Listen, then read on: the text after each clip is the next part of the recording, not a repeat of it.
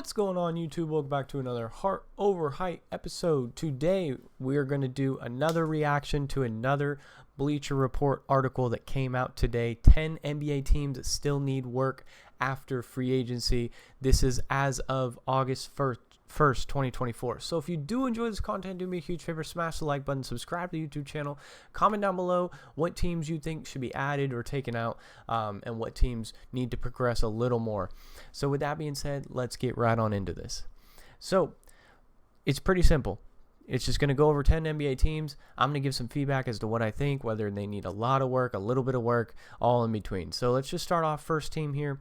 We do have the Atlanta Hawks. This is a team that does have a lot of question marks. Of course, they have the #1 overall draft pick, Rishashar. He looked decent in Summer League. Not too great, not too bad. Of course, he's the #1 overall pick, so you're expecting big things out of him. Now, DeJounte Murray, of course, was traded, went to the Pelicans and all that. The next question is, what direction is Atlanta going? Are they going younger and going and getting the idea of we need to move off of Trae Young and fully rebuild? Is Trae Young our piece? Everything like that? Or have you developed what Pierre from the Through the Wire podcast, Numbers on the Board podcast, he has this theory called the less is more theory, or the New York Knicks did it with Patrick Ewing, where you don't necessarily need a second superstar next to Trae Young. You need less and just let him cook, you can say. Trae Young has just been a player that he's had weaker rosters in the past and carried them through the playoffs. Now, of course, that doesn't necessarily win you a championship. It didn't win the Knicks the championship when they had Patrick Ewing. But, you know, the question mark there is Trae Young your future? If he is, then you got to do something. Try out this less is more theory. But ideally for me, I think that they've got a lot of work to do, and it starts with trading Trae Young. They've already done the piece in DeJounte Murray. Cool. He's gone. You've gotten some young talent out of Dyson Daniels. You see what he's like, and you trade Trae Young as well. You go and you just go out and you try and make moves. I think getting draft capital for Trae Young, especially with a market that's so high right now, where guys like Mikal Bridges is getting 4 or 5 first-round picks. Lauri Markkanen's going to get a haul of picks as well. Trae Young is a step right alongside those guys. So I could see a team giving up 2, 3, 4 first-round picks and young assets as well. So I do agree. I think that they have a lot of work to do. And it just depends on if Trae Young is your future. As of right now, in my opinion, I think that they should move off of him. I'm not a huge fan of the fact that he's not a good defender. He's undersized, of course, a little skinny on the court, of course, going up against bigger guards and everything. Offenses just pick him apart. You search for him when they're on the defensive end. I would search for Trae Young every play, put him in an action every play, screen and roll, screen and roll, screen and roll, try and get him onto, for instance, the Celtics, Jason Tatum. You got the Knicks with Jalen Brunson. You want to go at Trae Young. So next up on this list, we do have the Chicago Bulls, of course, a team that does have some question marks. They need to move off of Nikola Vucevic, though, and Zach LaVine, though the value of those guys, it's at its lowest point right now because everyone knows they're trying to get rid of them. They got fleeced a little bit for Alex Caruso. They could have gotten a lot more had they traded him sooner. They didn't really get a whole lot of DeMar DeRozan. Now you're looking at Zach LaVine kind of going to take a bit of an L on the trade because he makes so much money, and he hasn't been the kind of player to buy into a system yet. He's been the kind of player that plays his game no matter what, similar to like Julius Randle. Hasn't really bought into the system, is going to go and get his and focus on getting his. Now, that's great. It sells tickets. He's a high flyer. He can shoot the 3-ball really well. Good playmaker for his own shot. But that's not going to win you a championship. And what team wants to go and get a guy like that? He ideally should kind of take a risk on himself and hopefully want to move off and go buy into a system to then go win a championship or win at least some games. Go and be a solid player, a number 3, number 4 option. Like ideally, he would fit really well in the Lakers system because he can stretch the floor. similar to what I was saying about Julius Randle, he needs to learn to adapt his game there. And then Vucevic as well, his value is not high at all right now. It's just he doesn't really do a whole lot on the defensive end. Yes, he can score the basketball, which can help. So you could look at a team like the Pelicans they've been looking to upgrade their center because they don't really have too much going on at the center position right now. But yes, the Chicago Bulls, I think that they have a lot more figured out with the roster itself because ideally you're in that rebuild mode. You got rid of Alex Caruso. You got rid of DeMar DeRozan. These two are just next on the block. They just have some more work to do for sure. Next up on this list, we do have the Denver Nuggets. Now, this team might be the team on this entire list that has the least amount of work to do. Just some question marks at that shooting guard area, and then whether or not Michael Porter Jr. is going to be a part of your future because he is quite expensive. They did bring in Russell Westbrook, of course, and I think Russell is perfect prime example of someone like Zach LaVine and Julius Randle, where Russell adapted his game and took a six-man role so that he can go win games. He did it for the Clippers and did phenomenal. He's adapted his game in quite all sorts of different ways. And I think he's going to be the perfect fit in Denver. I could see them starting him at the 2 just because defensively he's a solid defender. And then offensively, you've got the guys that stretch the floor in Porter Jr. Jokic can kind of stretch the floor a little bit, and Jamal Murray. So you have Aaron Gordon in the dunker spot, which Russell Westbrook is so good in the pick and roll. So if you continuously use that and abuse that action with him and Jokic, and then you see him drive and kick it to that dunker spot and Aaron Gordon, I can see that working phenomenally. And he's on a team-friendly deal. But yes, the shooting guard position for Denver is a bit of a weak spot right now because they did lose Kentavious Caldwell-Pope to the Magic on a 3-year, $66 million deal. Next up, we do have the Detroit Pistons. There are some question marks there. I think that they're trying to solve that. Now, this team, of course, it's just don't lose 20-plus games in a row again. That's just what you need to avoid. Of course, one issue is that they don't have enough shooting around Cade Cunningham last season. So what did they do? They went and got Tim Hardaway Jr. They went and just got some shooters to help him out, as well as hiring one of the best shooting coaches in the NBA. That's going to help guys like Ron Holland, who is the number 5 pick. That's going to help Jaden Ivey. That's going to help Cade develop that three-point shot. And maybe even Jalen Duren being able to stretch the floor a little bit in the future.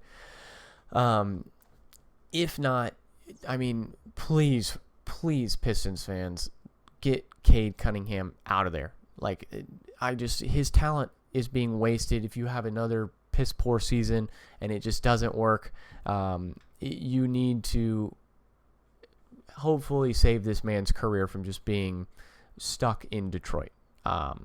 Next up, though, we do have the Golden State Warriors. There are some question marks, of course, Klay Thompson being gone. But I do think that they have some work to do, and they're trying to work on that. That is by going and trying to get Lauri Markkanen. That's huge for them. Wasn't too fond of the whole Kyle Anderson signing. They got DeAnthony Melton, who's solid. Buddy Hield's there. I'm not huge on the 3 of those. I mean, Buddy Hield will be phenomenal for them. A shooter. He's like a poor man's Klay Thompson almost, when Klay Thompson was in his prime. Buddy Hield, though, did prove in this last postseason with Philly that if he was just given the opportunity, he can shine. He did that for them in the playoffs, and he was a reason that they stuck around, in that first-round series. So they do have a little bit of work to do, not as much as some of the other teams, though, like, for instance, the Hawks. The Hawks have a lot of work to do. Next up, we do have the Los Angeles Clippers. This is another team that has a ton of work to do. It's just confusing what they're doing. You don't offer Paul George a contract similar to Kawhi Leonard. You then seemingly pay James Harden quite a lot of money for his age and his play style and everything like that. Kawhi is currently injury prone, doesn't play full seasons ever. Then you go and you have this like last chance university now where you're bringing in guys like Kai Jones and trying to bring in Miles Bridges, which that didn't work. And then it's just like confusing. And then they have this new arena, which the whole point in the new arena was we want superstars in that new arena. You would have thought that would have been Paul George. and it wasn't. So I'm just confused as to the direction. I think the Clippers are kind of confused too. And, with that, you just got to figure out whether you're going to, like, how you're starting this season. Is Kawhi going to be healthy? If not, again, explore other options. Just bite the bullet. Fans are still going to go to the games. It's a brand new arena. People are going to want to see that. One thing I will say I love about the new arena is they got like a quote-unquote student section thing, Clippers fan section, where it's like a student section. It's supposed to be rowdy. It's supposed to be, upbeat and tempo, and everyone's supposed to be just on their feet constantly. Like, I like that a lot. I think that they need to they can learn a lot from the college environment and bring that over to the NBA, and that's one way to do it. Next up, we do have the Los Angeles Lakers. Now, they're one of the only teams that didn't add any new talent this offseason.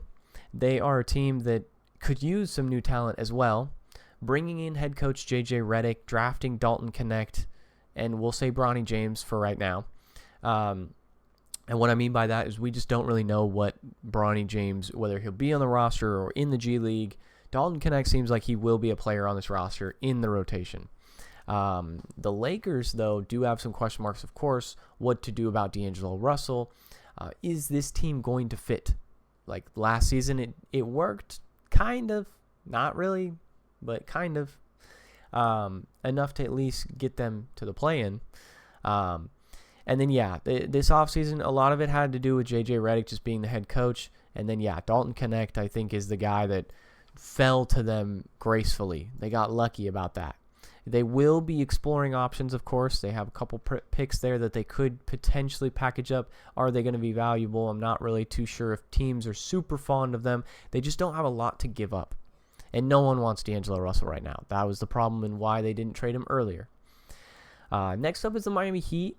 Definitely have some work to do. Just kind of confusing offseason. We don't know what's up with Jimmy Butler. He seems to have a little bit of animosity there. Now, of course, that's just his personality too. He is a tough competitor. He wants to get paid. He thinks he deserves to get paid, which is totally cool. Does he deserve to get paid? That's up in the air. I think you need to show a little bit more in the regular season, not just the playoffs, because you end up the Heat end up digging themselves in this huge hole of climbing out of the 8th seed or 7th seed or something like that, where they need to constantly not have home court advantage when Jimmy Butler could play and they just put a little bit of work in the beginning of the season, and then they are coasting around the 2, 3, 4 seed. But of course, and then we don't know about the relationship there of will Terry Rozier and Tyler Hero be able to start together defensively. I don't love that. They have been rumored to be looking at moves and movement. Of course, Miami is always a team that is willing to make the move, pull the trigger, and trade for that guy if they need to. And they run it as a business. So I don't see them being necessarily bad.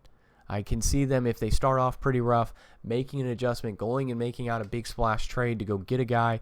I mean, a core of Bam Adebayo, who's playing out of his mind right now for Team USA, and Jimmy Butler is pretty solid. Yes, you have Tyler Hero, Jaime Jaquez, Jovic there. They're really banking on Jaime Jaquez and Jovic taking jumps, but I like Jaime Jaquez. I just see them as good, valuable trade pieces for the timeline of Jimmy Butler. Now, of course, if you're willing to move off of Jimmy, that gives you flexibility on going back to going young. Then you run your offense through Bam, Tyler Hero, Jaime, Jovic can then shine, whatever you get for Jimmy Butler, and then you're retooling a little bit. Yeah, so I do think that, they drafted well, bringing in Ware. I do like him. I think he'll be a solid player. They did not bring back Caleb Martin. Not bringing back DeLon Wright is not a huge thing, but the fact that those guys went to competitors is the problem. Everyone else around them got better. They didn't necessarily yet. So next up, we do have the Pelicans. This is one of our two last teams here. The Pelicans, I did speak about them earlier, possibly going after a big man center and someone like Nikola Vucevic. But yeah, they need a center. That's a big thing. And they need to decide on Brandon Ingram. That's just a huge question mark there that they have not. I think that they need to move off of him. I don't think that he fits in this system. I think he's a solid player. So Miami could be a solid team for him. And you could get a little bit of back, but you don't need Brandon Ingram on this roster. You've got Herb Jones and you have Trey Murphy. Let those guys flourish. You went and got DeJounte. So you have a core of DeJounte, CJ, Zion, Herb Jones, Trey Murphy, and then that center position. Use Brandon Ingram to go get yourself a solid center. If it's with the Bulls to go get Vucevic, then get back return as well. Go get one of the young guys. Like, there is tons of potential here with Brandon Ingram because the market is so high with trades. People are going to want Brandon Ingram. Like, the Miami Heat are a perfect example of a team that could use Brandon Ingram. Like, Jimmy Butler, Brandon Ingram, Bam, sounds like a really solid starting lineup right there. And then maybe you can squeeze a Tyler Hero in that deal, which would give you solid off-the-bench depth of three-point sniping right there. Someone that doesn't necessarily have to have the ball in their hands, like Brandon Ingram kind of does. Whereas you got these other guys that need the ball in their hands in DeJounte and Zion. Last but not least, we do have the Phoenix Suns. I don't think that they have a lot of work to do anymore. When you went and got Tyus Jones on a steal, the work that they have to do is just work on fit. That's realistically what they need to do. They've got a solid depth now. Monte Morris, for what they were able to do, it obviously wasn't a lot, but there's just some question marks there on what does their starting lineup look like. Right now on ESPN's depth chart, it's Devin Booker at the 1, Bradley Beal, Grayson Allen, KD, and Nurkic. Now that Tyus Jones is there, does Tyus start and then you run like Book and Beal at the 2 and 3? I don't know if you love that. And then KD at the 4, Nurkic at the 5. That kind of leaves you, what they need is a dynamic wing, a long like 6'8", maybe like Robert Covington, who's still available on the market actually. Somebody like that that's a long athletic wing that can come in and provide solid defense. No need to score. Dorian Finney-Smith is a solid option there as well. Of course, they're dealing with a lot of tax issues right now, just hitting that second apron and being in the luxury tax and all that. So, of course, they can't make too many moves. But if they can do something where they can put something together here and go get a 6'8" wing, and then you go from there and you kind of see, okay, maybe we bring Tyus Jones off the bench, or maybe we bring Bradley Beal off the bench. Now, I understand paying a guy $50 million to come off the bench is a bit of a lump sum. But if it wins you a championship, then who cares how you won that championship, as long as you win. If it means Bradley Beal needs to come off the bench and play with the second unit, then so be it. Now, is he willing to buy into an idea like that? And is Phoenix willing to bite the bullet and say, it's a lot of money, but it's going to help us win? So then you end up with a deal of like Tyus, Devin Booker, Robert Covington, KD, and Nurkic. That is a solid starting 5 with Bradley Beal, Monte Morris off the bench. Like, that is nice cooking material right there. Mason Plumlee there as well. And then Bradley Beal can go score every point on your bench. That seems very solid in my opinion. So, all right, guys, if you did enjoy this video, do me a huge favor, smash the like button, subscribe to the YouTube channel, comment down below on what you agree with here. Do you think that Bradley Beal should come off the bench? Do you think that the Suns have figured it all out? They don't have any work to do. So, it's been another Heart Over Height episode, and I'll catch you guys in the next one. Peace.